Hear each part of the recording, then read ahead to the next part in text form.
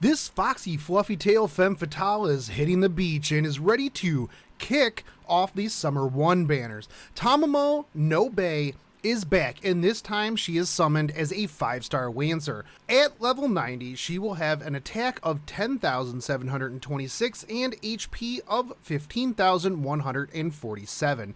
This does put her around the middle of the pack in terms of stats, but considering there are only 6 5-star Lancers in the game, well, that's not too bad. She comes with a 2 quick 1 arts 2 buster deck, which is standard for the 5-star Lancer category, with only one of her peers deviating from this loadout. She does come with 4 hits on her quick, 2 on her arts, 3 on her buster, and 4 on her extra attack. An NP gain of 1.05% on attack and 4% on defense, a star weight of 91, and a star rate of 12.2%. Her NP gain is not too bad, seeing as she has 2 hits on the arts card. Her star gen is actually quite good, as 12.2%, which is second only to the likes of Fion and Dermood with 12.3. However, they only have 2 hits on their quick cards instead of 4. The star weight of 91 is also very solid, but not enough to scoop stars away from any riders or archers you may be teaming her up with.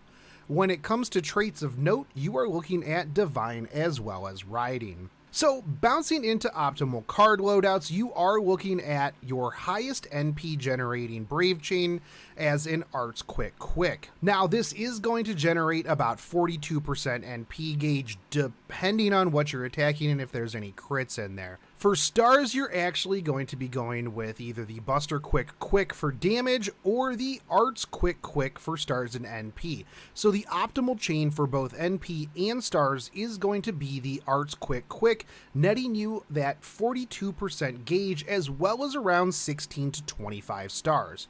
Alternatively, starting with the Buster will net you about half of the NP, 19 plus stars, as well as drastically more damage.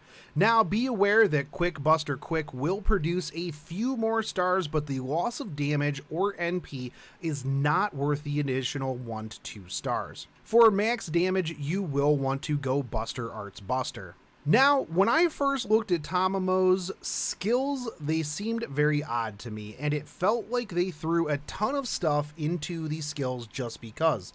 But, much like a flower, it grew on me. And speaking of Beach Flower EX, this is a skill that shows up on multiple summer servants and is a charisma with a male only added buff packaged with it. This will increase the attack of all allies for 3 turns on a 7-turn cooldown. This will also increase the critical star drop rate of males for 3 turns. This will be fantastic to pair up with the likes of Fuma or Emiya Assassin if you are looking to generate stars for Tamamo to use. This being on a 7-turn cooldown means that when it's maxed out, there will only be 2 turns where this buff will not be running. Now, when it comes to numbers, you're looking at 10% at rank 1 all the way up to 20% at rank 10, and this is for the attack damage. Now, 22% to 42% on the critical star drop rate for males is very fantastic. So up next is going to be Midsummer Curse A, and this one is interesting. To start off with, this is a guaranteed charm for 1 turn, non-gender specific. This is going to be fantastic in terms of crowd control. This also decreases the enemy's defense for 3 turns, going from 20% at rank 1 to 30% at rank 10. But wait, there's more. This also inflicts curse for 5 turns. That's an extra 500 to 1000 damage per turn. But it also increases the enemy's NP charge by 1, so this is a bit of a double-edged sword. If you use this on the turn that the enemy would be dropping their NP, this will completely offset the detriment, but this does restrict its use a little, so you will have to play a little carefully around this skill. Goddess Metamorphosis B slaps Roof of Skill. You wouldn't believe how many effects you can fit in this bad boy. Apply invincibility for 1 turn, increase critical strength, increase star drop rate, increase NP gain, increase debuff resist, increase HP recovery. All of these, 30% at rank 1, 50% at rank 10, and inflicts stun to yourself for 1 turn on your next turn. So at first glance you might be thinking, wow, that's a lot of stuff, and a lot of it is very good. However, this skill will likely be used during a boss's NP turn to negate damage. Now, this is not to say that everything that comes with this is useless. It absolutely is far from it. This would be fantastic to pair up with an NP Buster Brave Chain to add some extra crit damage, assuming you're getting your stars that you need. The NP gain is fantastic. The only downside is that you will be stunned next turn, so even if you manage to fill your NP gauge, you're going to be sitting on it for a little bit. The crit star generation is great. However, those stars will likely be used by your support the following turn, as any cards Tamamo gets, well, she's stunned.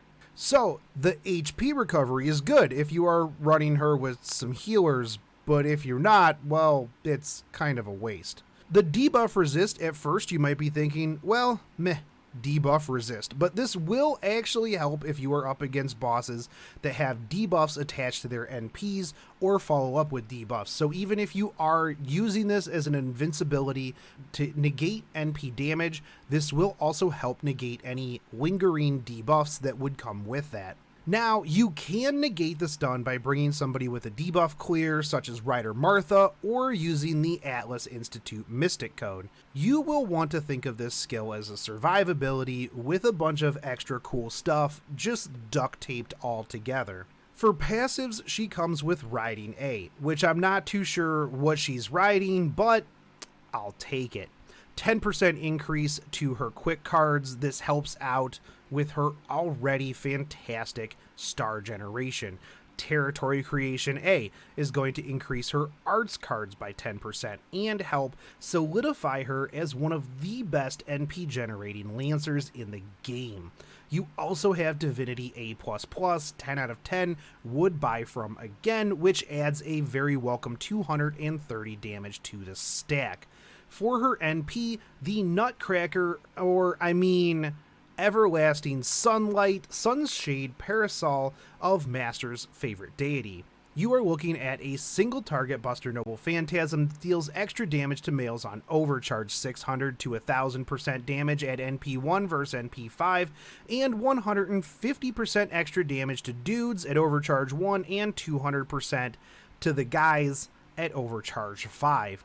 This is a very simple and straightforward to the point NP that covers a very large portion of the enemy base. One of the nice things about this too is that there are a large number of male archers in the game, and male archer bosses will come up semi-frequently. Emiya, Gilgamesh, and Tesla, just to name a few. For Ascension, you are looking at 6 plumes. Okay, kind of sucks, but not too bad. 12 seeds. This is kind of gross, but 12 isn't the end of the world. 9 bicorn horns. These come up regularly in shops, so this isn't unreasonable either. And 12 seashells. This should be fairly easy. For skills, though, you're looking at 18 seeds per skill. So I hope you have your seed ready for these skills, as it's going to need a lot. 12 plumes, which is also pretty rough, 15 talons, and 10 hearts of the foreign god each. So this is going to be very rough when it comes to skills. Maxing her out is going to take 66 seeds, 42 plumes, 12 seashells, 45 talons, 30 hearts, and 9 bicorn horns. That is a bit of a tall order for sure. However, you can hold off on leveling her third skill. You will focus on her first skill, and then second, and then leaving third for the last to save yourself some materials. CEs. So as she's rocking the Buster NP, you can focus on increasing that damage with things like Limited Zero Over, or going Buster and Crit with Victor of the Moon, which is actually the better option in my opinion out of the two here. Heroine Ellie Chan's Adventure for Buster and NP damage is a viable option, as well as Joint Recital that will be coming in the upcoming Nerofest event. Now, another CE you can run if you were lucky enough to get it during the initial Gouda Gouda event is Launch Order. This will increase both your Buster and your quick performance, and seeing as that is 5 out of her 7 cards, this is a good return on investment. For starting NP, things like Golden Sumo, Halloween Princess, and Holy Knight's Dinner. However, Participation of the King is also good for that buster up plus starting Noble Phantasm. One of the things that Tamamo is good at is creating stars. One thing she's bad at is collecting those stars. With no skill-based Star Absorb, running a Seal Designation Enforcer is also a viable option. And looking forward to the future, you will have talk of Hot Sands, which not only increases the Star Absorb, but also the critical damage. However, that won't be out until next Chaldea Boys collection, so you have a little bit of time. Additionally, because Tamamo is so good at generating NP, you can forego starting NPCEs completely and focus on things like Black Grail for extra NP damage. There are a lot of options when it comes to CEs for Tamamo, but one to note is Vessel of the Saint. Now, this gets glossed over a lot as it's not the most fancy CE because, well, it doesn't do a ton of damage or increase starting NP gauge or anything fun like that. However, when it comes to Tamamo, this CE will block 3 debuffs. This means that it will completely negate the downsides of her third skill, up to 3 times. Now, this is also taking into account the enemy not chewing through your charges and leaving you high and dry. This also comes with increased NP gen, which, while she is already amazing at generating Noble Phantasm gauge, why not more? Now, let's talk team. Let's start off with the No Boys Allowed team. So this team's going to consist of Tamamo, Lancer, Uriel, and Orion, when you absolutely positively have to have a girls' night out. As they're all very anti-male, this will lay waste to any boys club that you run into. You can also run her with a Steno, and it is actually a very solid pair. Steno generates stars, has a 40% attack boost for Divine Servants, which Tamamo just happens to be, Charm for males, Vampirism to reduce the NP charge detriment of Tamamo's second skill, and an NP that charms males to help set up for Tamamo's NP. So this pair works surprisingly well together. Another team that you can run to focus on getting the most out of your buffs and crits is Tamamo with Hans and either Fuma or Emiya Assassin. I would like to lean more towards Fuma on this one, but you can also run Emiya Assassin. Hans is obvious as the crit star generation plus damage will just further boost her third skill, coupled with the healing on his NP that is affected by that third skill as well. Fuma and Emiya, as they are buffed by her first skill, not only will she be creating a ton of stars, but they will be creating a ton of stars, and you will just have more stars than you know what to do with. And that means less reason to run Star Absorb. Running Fuma will allow you to potentially throw a follow-up evade onto Tamamo following the use of her third skill, if needed. As mentioned earlier, running her with Rider Martha for the debuff removal is also an option, but you will be fighting for stars. However, Martha also comes with 3 arts cards to lead the turn, and Tamamo can follow up with her high-hit quick cards for NP gain. Caster Media's skill Teaching of Circe A, which removes a debuff and increases NP generation, is also a very viable option. So overall, Tamamo is a very strong single target buster Lancer with insane NP gain. She is going to be firing off a lot of Noble Phantasms with or without starting NPCEs. Her high hit count on her quick cards allow her to generate a very good amount of stars, and coupled with a Star Absorb CE, she can put them to good use. Her skill set is very interesting, and unlike a lot of sets, requires some thought and timing to make the best use of them. While her skills seem a bit odd, they do have great utility and support. Beach Flower allows for the creation of more stars when coupled with males, and is a decent attack buff at its core. Midsummer Curse, while it does have the detriment attached to it, is a one-turn stun that also deals follow-up damage. One of the biggest credits to Tamamo Lancer is that she makes Steno good, which is a hard thing to do.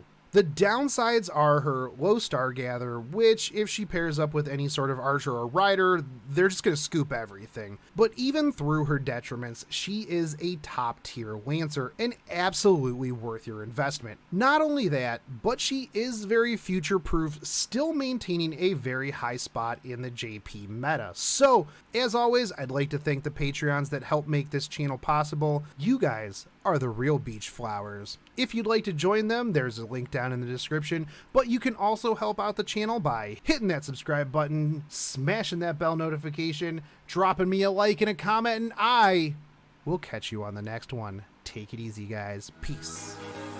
Just run away with me, darling. We'll get real.